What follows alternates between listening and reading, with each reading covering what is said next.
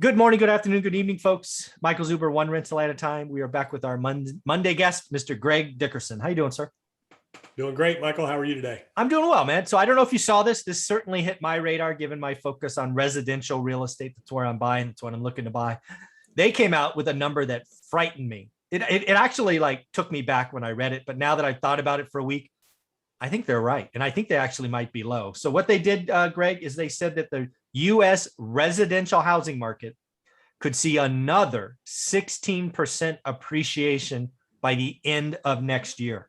So I don't know if you saw that. Maybe this is the first time you've heard it. So I'm curious, what do you think about Goldman Sachs' call of another 16% appreciation? Goldman who? Goldman Sachs.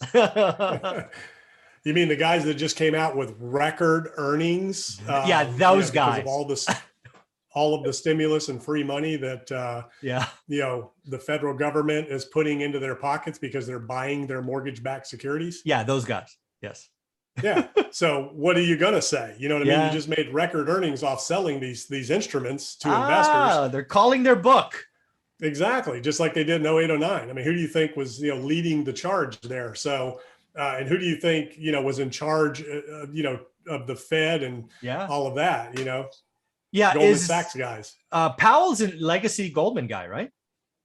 Isn't he? Jerome Powell, legacy Goldman Sachs. He was. I think he was not Goldman, but he might have been Morgan Stanley. Might have been Morgan Stanley. Somewhere else. Before that, But a Wall Street guy, not Bear Stearns, but.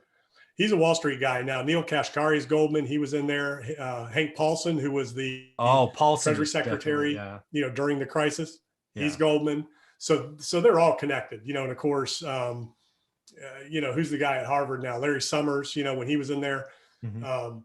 So these guys are all connected, and that's how they make their money. But it's all about interest rates. I mean, we're already seeing a tipping point in the housing market in the country right now because interest rates are on the rise.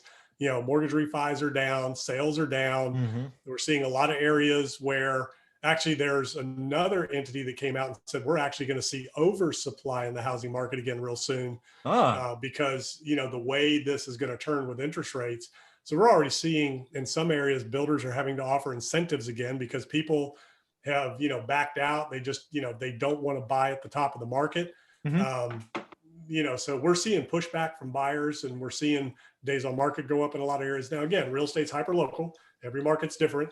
There's some areas where, there's still no inventory and houses are selling in days, but, even in those markets, there's stuff that's not selling in days. Oh, absolutely. Yeah. I see a housing slowdown.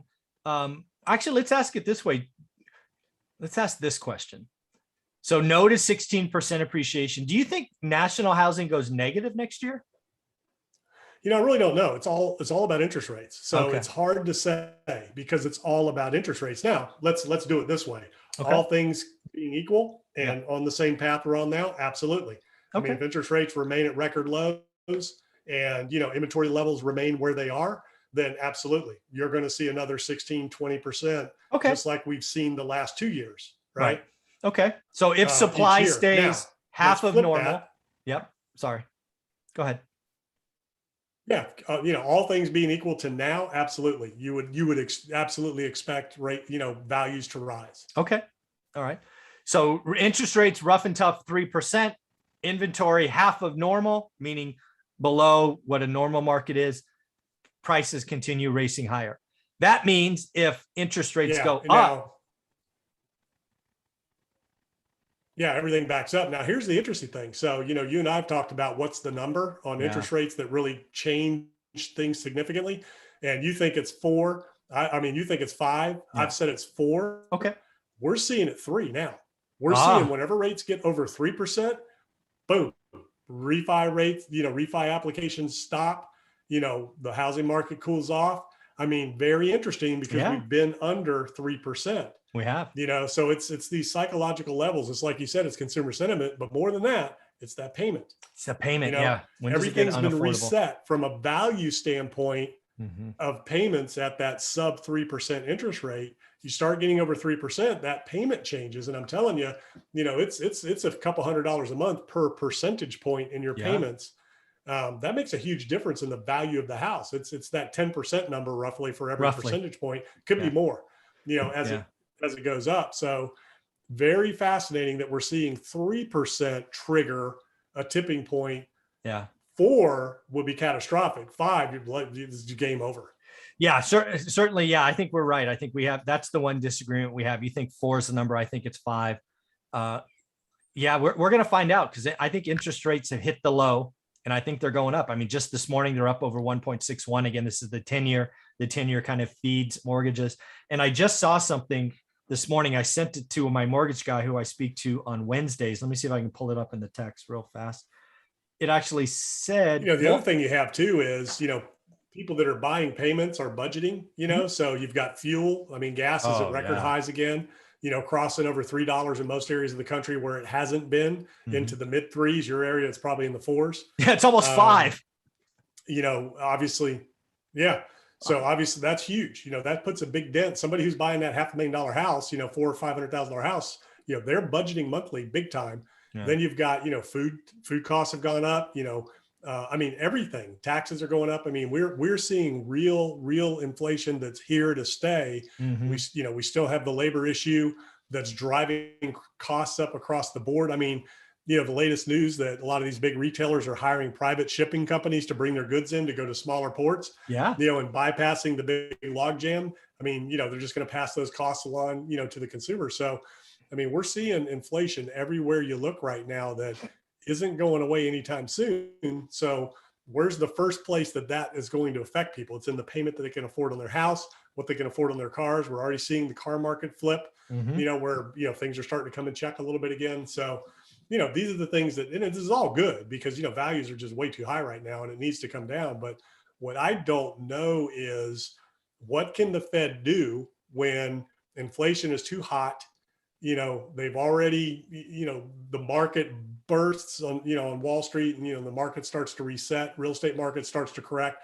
What ammunition do they have? Because, interest rates aren't going to do it at that point. Yeah, well, I think they've proven they're willing to buy.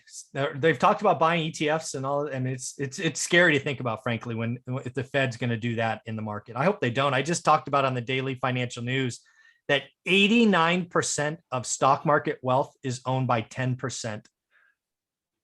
I hope the Fed doesn't.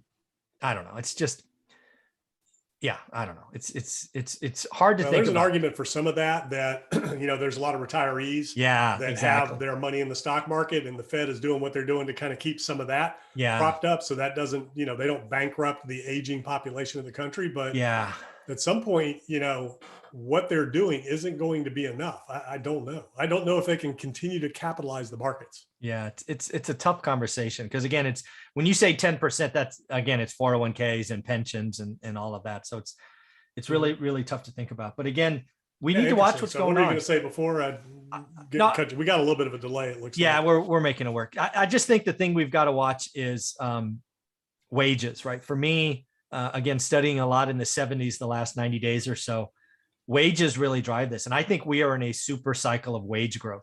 I think unions striking, people, 4.2 million or 3.8, I forget the actual number, quit in the last 90 days. There's just a lot of wage inflation that's going to push up prices. But again, people spend on payment. So if your income goes up 12%, US consumers have proven they're not going to save it. They're going to spend it somewhere, somehow. Yeah. It's interesting, and those costs get passed along. So, I think wages need to go up. They've been stagnant for a long time. So it'll be interesting to see what the end result is. And the stimulus that's been put into the economy and the endless spending and printing and all that, I don't know what the result of that's going to be and how that unwinds. Yeah. Well, let me ask you this question as we wrap up episode number 3. What do you think the real CPI inflation is? Obviously, CPI is managed and has all these puts and takes in it. Do you think inflation right now is 8%, 10%? Do you believe 5% maybe? What would your pure guess and speculation be the inflation rate today? We're north of 10%, when you factor in, wage inflation and, the things that businesses have to do for compliance with everything that's going on. Yeah, I think it's north of 10%. Wow, folks, north of 10%. CPI last print, I think, was 5.4, might have been 5.5. Yeah, I think inflation is here to stay. I think it will be here for certainly the rest of the year and probably most of next year. This wage inflation is what I call a super cycle. It's not over, right? It's like continuing waves. It's just going to keep rippling through our economy. So, Greg, how can people find you and get part of your world? Yeah, gregdickerson.com. All my info is there. YouTube channel, podcast, social media links, all on gregdickerson.com. Yeah, do yourself a favor, folks. Subscribe to his YouTube channel. He puts out a lot of amazing stuff and has experiences I don't have. So I go to that channel to learn new stuff. So thanks for all you do, Greg. Yeah, absolutely.